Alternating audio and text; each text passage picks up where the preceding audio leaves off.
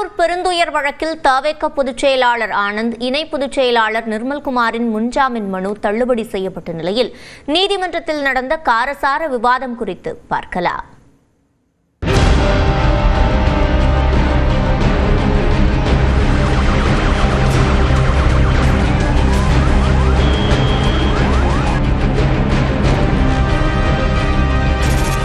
தவேக பொதுச் செயலாளர் விஜய் பங்கேற்ற கூட்டத்தில் நெரிசல் ஏற்பட்டது தொடர்பான வழக்கில் தவேக பொதுச் செயலாளர் ஆனந்த், இணை பொதுச் செயலாளர் நிர்மல்குமார் ஆகியோர் முன்பிணை கோரி உயர்நீதிமன்ற மதுரை கிளையில் மனு தாக்கல் செய்தனர். இந்த மனு நீதிபதி எம் ஜோதிராமன் முன் விசாரணைக்கு வந்தது.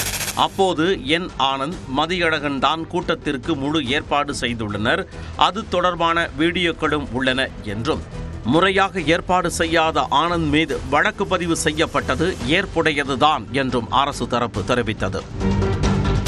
கரூருக்கு நண்பகல் 12 மணிக்கு விஜய் வந்துவிடுவார், பொதுமக்கள் ரசிகர்கள் 12 மணிக்கே வந்துவிட வேண்டும் என ஆனந்த் அறிவிப்பு வெளியிட்டார். இதுதான் அவர் மீதான குற்றச்சாட்டு என்றும் தெரிவித்த அரசு தரப்பு, தொண்டர்களிடையே எதிர்பார்ப்புகளை உருவாக்கியதால் கூட்ட நெரிசல் ஏற்பட்டு 41 பேர் உயிரிழந்துள்ளனர், இதற்கு தவேக தான் பொறுப்பு என்றும் குறிப்பிட்டது. கட்டுக்கடங்காத கூட்டத்தை ஒழுங்குபடுத்த நிர்வாகிகள் எந்த நடவடிக்கையும் எடுக்கவில்லை. தொண்டர்கள் குடிநீர் என கேட்டனர். கூட்டத்தில் இருந்தவர்களுக்கு குடிநீர் பாட்டில்கள் கூட வழங்கவில்லை என்றும் அரசு தரப்பு தெரிவித்தது. தொண்டர்களை பாதுகாக்காமல் நிர்வாகிகள் தப்பிச் சென்று விட்டனர். இதுபோன்ற துயர சம்பவத்தில் நிர்வாகிகள் தப்பிச் செல்வார்களா என்றும், குடிநீர் இல்லாமல் தான் உயிரிழப்புகள் நடந்தது என்பது உடற்கூறாய்வில் தெரிய வந்துள்ளது என்றும் அரசு தரப்பு குறிப்பிட்டது.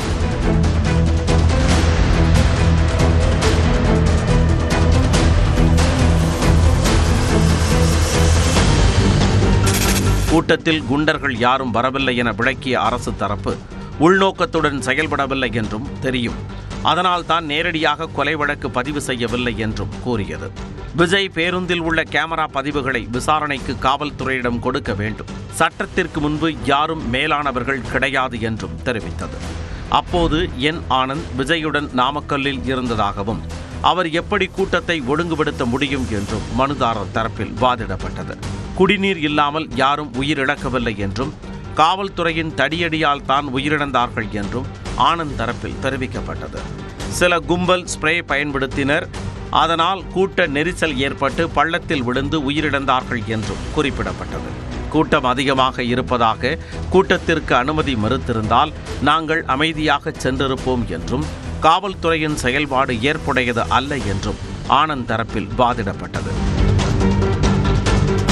கூட்டத்தில் ரவுடிகள் புகுந்தனர், ஏன் காவல்துறை தடியடி நடத்தியது, ஒரு நாளைக்கு முன்தான் அனுமதி வழங்கப்பட்டது, எப்படி ஏற்பாடு செய்ய முடியும் எனவும் மனுதாரர் தரப்பில் வாதம் முன்வைக்கப்பட்டது. கூட்டத்தை கட்டுப்படுத்துவது காவல்துறையின் கடமை, கட்டுக்கடங்காத கூட்டம் இருந்தாலும் காவல்துறை கட்டுப்படுத்த வேண்டும் என்றும், நாங்கள் எப்படி கட்டுப்படுத்த முடியும் என்றும் ஆனந்த் தரப்பில் வாதிடப்பட்டது. மேலும் தங்கள் மீது வழக்கு பதிவு செய்வதில் எந்த முகாந்திரமும் இல்லை என்றும், ஒரு பொதுச் செயலாளர் அவரது தொண்டர்களை கொலை செய்ய முயல்வாரா என்றும் வாதத்தை முன்வைத்தனர். மேலும் 3 முதல் 10 மணி வரை அனுமதி பெறப்பட்டு, தங்கள் தலைவர் 4 மணி நேரம் தாமதமாக 7 மணிக்கு வந்தார், எந்த விதிமுறையும் மீறவில்லை என்றும் ஆனந்த் தரப்பில் தெரிவிக்கப்பட்டது. மேலும் இந்த பரப்புரைக்கு தவேக மாவட்ட செயலாளர் மதியழகன் தான் பொறுப்பாவார் எனவும் ஆனந்த் தரப்பு தெரிவித்தது. பாலிவுட் நடிகர் ஷாருக் கான் அனுமதி இல்லாமல் ஒரு கூட்டத்தை கூட்டிய போது அதில் பலர் உயிரிழந்ததை சுட்டிக்காட்டி, அப்போது அவர் மீது ஒரு குற்ற வழக்கு கூட பதிவு செய்யவில்லை என்பதையும் ஆனந்த் தரப்பு முன்வைத்தது. இருதரப்பு வாதங்களையும் கேட்ட நீதிபதி 41 பேர் உயிரிழந்துள்ளனர், வழக்கு விசாரணை தொடக்க நிலையில் உள்ளது என்று தெரிவித்து சிறப்பு விசாரணை குழு அமைக்கப்பட்டுள்ளது, எனவே இந்த நிலையில் முன்ஜாமீன் வழங்குவது ஏற்புடையதல்ல என கூறி இருவரின் முன்ஜாமீன் மனுவை தள்ளுபடி செய்து உத்தரவிட்டார்.